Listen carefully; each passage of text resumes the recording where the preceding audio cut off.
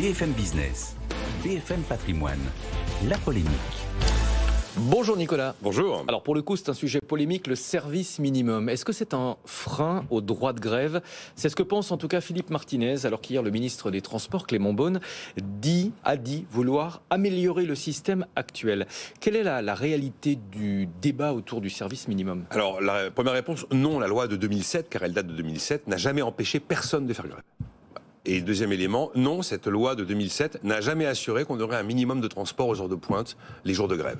Pourtant, c'est ce qu'on croit. Eh ben, elle est très mal nommée, cette loi. Le service minimum, on se dit on aura au moins un minimum de train, un minimum de RER, un minimum de bus. Ça n'est absolument pas le cas. Elle a été très mal nommée. Elle induit en erreur tout le monde depuis 15 ans. Alors, ça veut dire quoi, service minimum, si ça ne signifie pas avoir un minimum de trafic dans les transports collectifs les jours de grève? Et ça signifie que les agents des services publics qui veulent faire grève doivent le faire savoir 48 heures avant le jour J.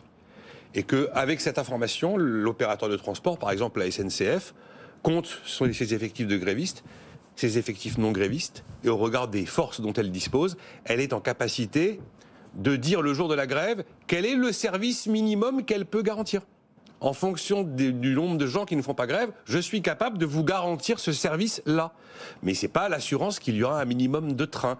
Et si vous avez 100% d'agents grévistes, eh ben le service minimum, il est égal à 0 parce qu'on ne peut faire rouler aucun train. On a vu la preuve, le 19 janvier, il y avait des lignes de métro totalement fermées toute la journée.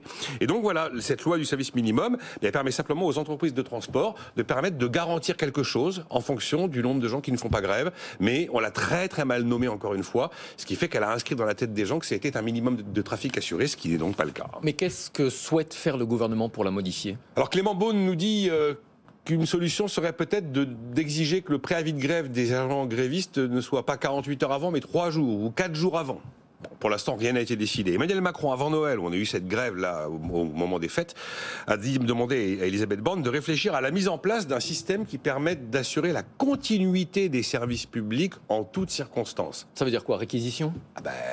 Il n'y a pas d'outils qui ont été donnés, mais assurer la continuité des services publics en toutes circonstances, là, ça ressemble plus à la façon dont on a compris le terme service minimum il y a maintenant une quinzaine d'années. Je rappelle que la notion de continuité de service public, elle est inscrite dans la Constitution. Est-ce qu'il faut une nouvelle loi? Il faudrait une nouvelle loi, mais il n'y aura pas de nouvelle loi en ce moment. Celui qui fait une loi pour modifier les services minimums est immédiatement accusé d'entacher le droit de grève, et le climat est un peu tendu, on va dire, en ce moment, donc il n'y aura pas de loi, c'est à peu près évident.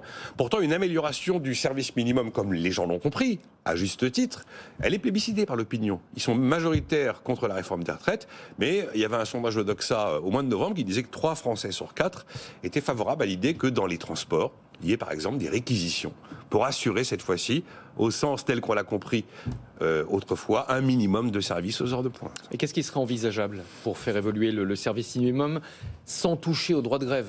Alors, on a bien compris. Aujourd'hui, compte tenu de l'ambiance super détendue, rien. Après, il y a la solution Europe du Nord. En Europe du Nord, il est clairement dit qu'une grève ne peut se faire que contre son entreprise. Mais la limite du raisonnement, c'est que là, la réforme des retraites concerne toutes les entreprises. Et puis ensuite, quel dialogue social installé dans une entreprise quand la direction de l'entreprise n'a absolument pas la main sur une réforme qui n'est pas une réforme de l'entreprise ou interne à l'entreprise, mais une réforme décidée par l'exécutif et pilotée par le pouvoir politique. Après, vous auriez la solution italienne. Le droit de grève ne peut pas aller contre le droit à la mobilité des citoyens, qui est aussi un droit constitutionnel chez nous. La mobilité, c'est pas les transports en commun, mais bon, voilà. Et donc on fait comme en Italie, pas de grève à Noël, pas de grève à Pâques, pas de grève pour les congés de la Toussaint, pas de grève pour les grands départs de vacances d'été, pas de grève le jour de la fête nationale le 2 juin, pas de grève les jours d'élections locales, pas de grève les jours d'élections nationales. C'est un fonctionnement à l'italienne.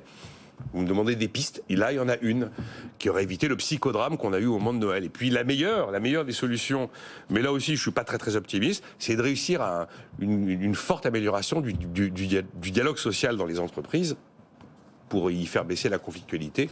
Mais ça, c'est la meilleure solution, c'est la plus vertueuse.